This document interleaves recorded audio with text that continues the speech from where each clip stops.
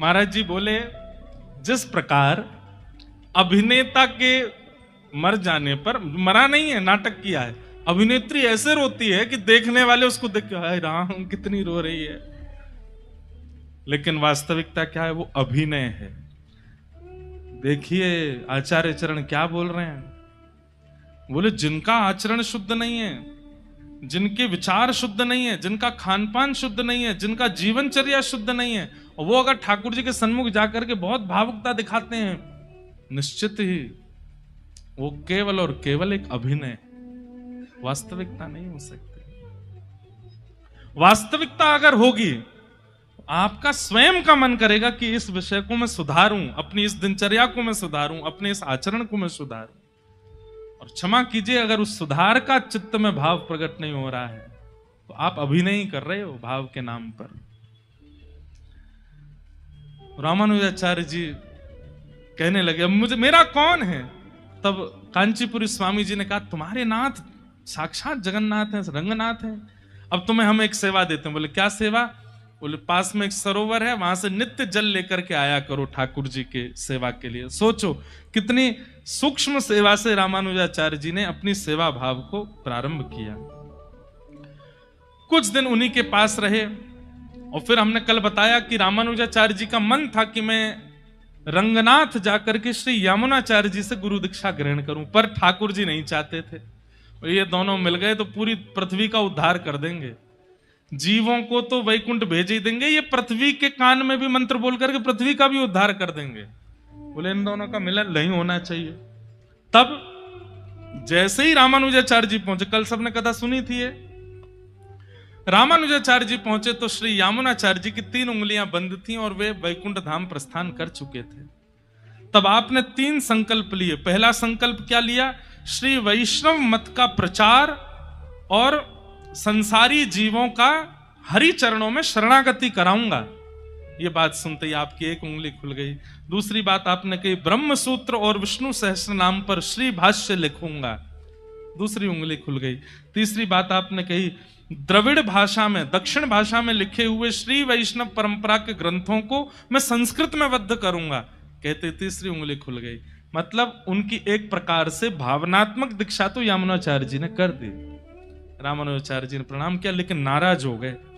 रंगनाथ भगवान से बोले, आपने मेरे गुरुदेव से मिलने नहीं दिया, मैं अब आपको नहीं देखूंगा। चले गए वहां से। ठाकुर जी बोले, आज यमुनाचार्य जी गए, शोक का दिन है, और शोक के अवसर पर रामानुजाचार्य आए हैं, मैं अभी बाहर आकर के वो सब भाव प्रकट नहीं करूंगा।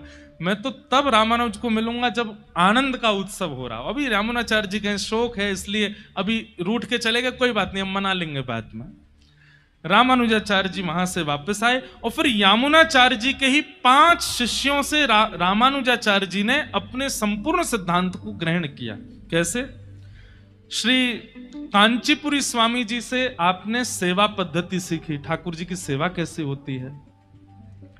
श्री महापूर्ण स्वामी जी से आपने पंच संस्कार ग्रहण किए। अब इसके पीछे भी बड़ी सुंदर कथा है। महापूर्ण स्वामी जी, उनसे आप दीक्षा लेने के लिए, पंच संस्कार लेने के लिए गए, और आपने कहा मुझे संस्कार दे दीजिए, मुझे दीक्षा दे दीजिए। हमारे श्री वैष्णव परंपरा में 5 संस्कार होते हैं। सबसे पहला ताप, दूसरा पुण्र, तीसरा मंत्र, चौथा नाम, और 5वां याग।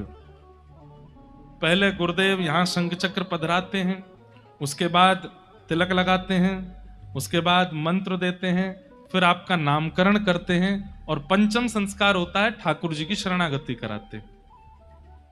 ये पंच संस्कार होते हैं श्री वैष्णव परंपरा में। तो पंच संस्कार के लिए आपने महापूर्ण स्वामी जी से निवेदन किया, तो वो बोले कल देंगे, परसों देंगे, उस दिन देंगे, वहां देंगे, उधर देंगे। बहुत ज्यादा जब टालने लगे तो रामानुजाचार्य जी एक दिन रात में गुरुदेव की सेवा में थे, तो रात में ही सोते हुए गुरुजी उठा दिए। बोले गुरुदेव उठो। महापूर्ण स्वामी जी उठो। बोले क्या बात है, तुमने हमको उठाया? बोले पहले तो क्षमा प्रार्थी अधृष्टता आपको उठा दिया, पर गुरुदेव मुझे अभी दीक्षा दीजिए। बोले रात के 12 बज रहे हैं, इस समय दीक्षा? बोले भगवान, ग्रह नक्षत्र आदि आदि और मुहूर्त तो तब देखे जाते हैं जब संसारी कामना की किसी स्थिति में प्रवेश कर रहे हों। भगवत शरणागति की तो जब इच्छा चित्त में हो जाए उसी समय ले लेनी चाहिए। क्या पता अगले क्षण प्राण बचे कि ना बचे। हे नाथ, आप कल दीक्षा के लिए कह रहे हो, कल तक मेरे जीवन के प्राण चले गए तो आप अभी मुझे शरणागति दो। रात्रि 12 बजे महापूर्ण स्वामी जी ने श्री रामानुजाचार्य जी को पंच संस्कार प्रदान किए। बोलो लक्ष्मी नारायण भगवान की। आपका भाव रखना आपके जिम्मे है, दीक्षा देना ना देना ये गुरु की इच्छा है। कभी कभी आपके हो सकता है कि गुरु के मन में है कि अभी नहीं देना, तो वो फिर प्रतीक्षा करो। भावना आपको रखनी है, ये आपकी इच्छा है।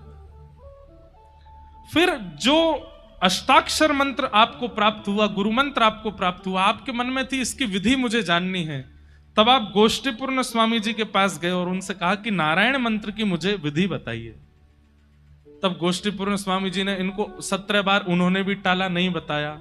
तब अंत में आपने कहा कि गुरुदेव बता दीजिए। तब 18वीं बार उन्होंने जब नारायण मंत्र का आपको भाव बताया और उसके बाद जैसे ही आपने गुरु मंत्र का जप किया, अष्टाक्षर मंत्र जपते ही आपको सुंदर कपूर की सुगंधी आने लगी, सुंदर केसर की सुगंधी आने लगी, चंदन की सुगंधी आने लगी, दिव्य प्रकाश आपके मुखमंडल पर आने लगा।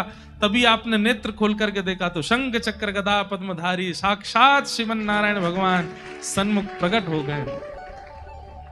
आहा, 2 भुज ऐसे हैं, शंख चक्र लिए हैं, नीचे एक भुजा में गदा रखी है और एक भुजा से ठाकुर जी आशीष दे रहे हैं। कमल नेत्र हैं ठाकुर जी के, मधुर मुस्कान है, सुंदर मुकुट धारण किया हुआ है, अद्भुत माला गले में धारण कर रखी है। चरणार विंदों को देख करके तो मानो जैसे ऐसा लगता है कि कमल हैं और हम भौरे बनकर के लिपट जाएं इनसे।